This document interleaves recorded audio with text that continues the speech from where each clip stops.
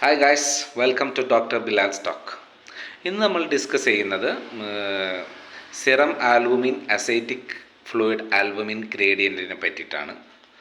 അതിൽ രണ്ടായിട്ടാണ് തിരിച്ചിരിക്കുന്നത്. ഹൈസാഗ്, അതായത് more than 1.1 gram per decilitre ഉണ്ടെങ്കിൽ ഹൈസാഗ്.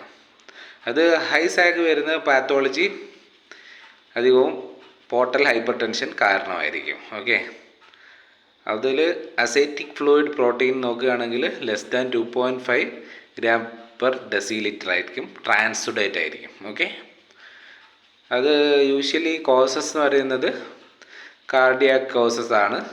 പിന്നെ ബഡ് കേരി ഉണ്ടാവും, ഹാർട്ട് ഫെയിലർ, പെരികാർഡൈറ്റിസ് ഒക്കെയാണ് യൂഷ്വലി. സിറോസിസ് ഒരു ഇമ്പോർട്ടൻറ്റ് കോസാണ്. ഓക്കെ, ഈ ലോ സാഗ് വരുന്ന കേസസ്, അതായത് ലോ സാഗ് എന്ന് പറയുമ്പോൾ serum albumin ascitic fluid albumin gradient less than 1.1 gram per decilitre.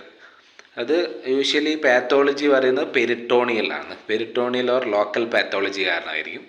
അസൈറ്റിക് fluid protein more than 2.5 gram per decilitre ആണ്. എക്സുഡേറ്റ് ആണ് ഇതിലുണ്ടാവുക. അതായത് പെരിട്ടോണിയൽ, അതായത് എക്സ് വൃത്തികെട്ടവൻ എന്ന രീതിയിലൊക്കെ ഓർമ്മിച്ച് വെച്ചാൽ ചിലപ്പോൾ ഓർമ്മ ഉണ്ടാവും. അതായത് പെരിട്ടോണിയൽ ഇൻഫെക്ഷനൊക്കെ ആയി ടി ബി, പെരിട്ടോണൈറ്റിസ് ഒക്കെയാണ്, നെഫ്രോട്ടിക് സിൻഡ്രോം, ഇതൊക്കെയാണ് ഇതിൻ്റെ ഒരു എക്സാമ്പിൾസ്. Okay, thank you.